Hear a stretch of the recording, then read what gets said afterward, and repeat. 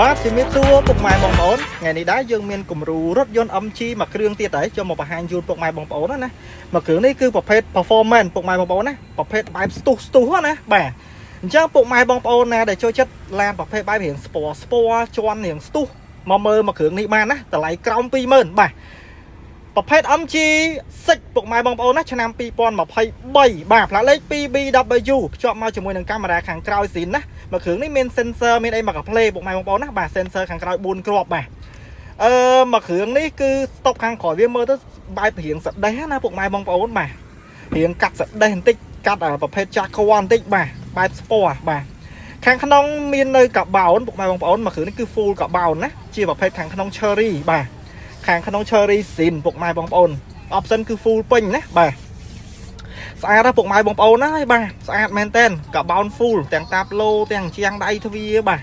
ប្រភេទកន្លែងម៉ាស៊ីនត្រជាក់នេះគឺដូចស្ដេះចឹងបាទមើលទៅបន្លំគ្នាទេពុកម៉ែបងប្អូនបាទស្តៀងគ្នាបាទ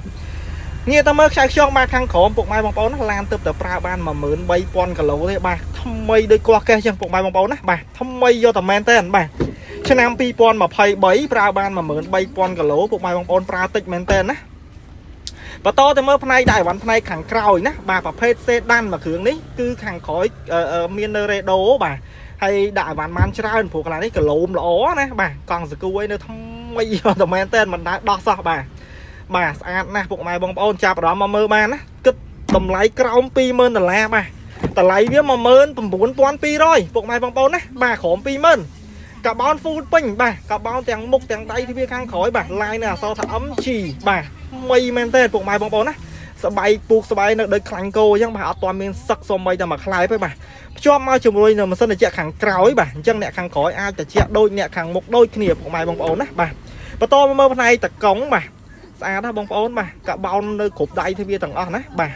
កៅអីចុច option គេបាទពូកស្បែកបាទ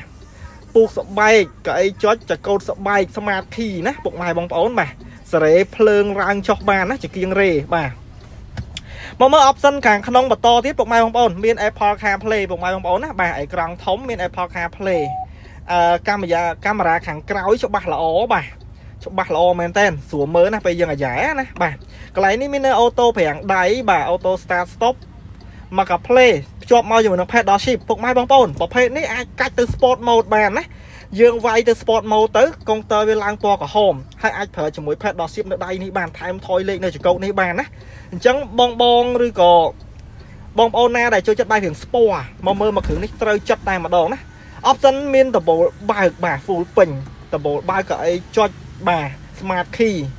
sensor មកកា play ពុកម៉ែបងប្អូនណាហើយប្រភេទឡានខ្លាញ់គោបាទខ្លាញ់គោមកទឹកបាទតម្លៃក្រោម 20000 តម្លៃល្អមែនតើហើយគីឡូក៏ប្រើតិចដែរពុកម៉ែបងប្អូនណាតើតែប្រើបាន 13000 គីឡូទេបាទជិះតិចមែនតើបាទមកគ្រឿងនេះថ្មីក្នុងថ្មីក្រៅទៅបងប្អូនណាបាទប្រភេទយ៉ាងកង់គឺរង្វង់ 17 អ៊ីងបាទសបក Michelin 4 គ្រាប់ពុកម៉ែបងប្អូនណាថ្មីរើងតែម្ដងបាទថ្មីគ្រប់កន្លែងគ្មានកន្លែងទាស់ទេពុកម៉ែបងប្អូនណា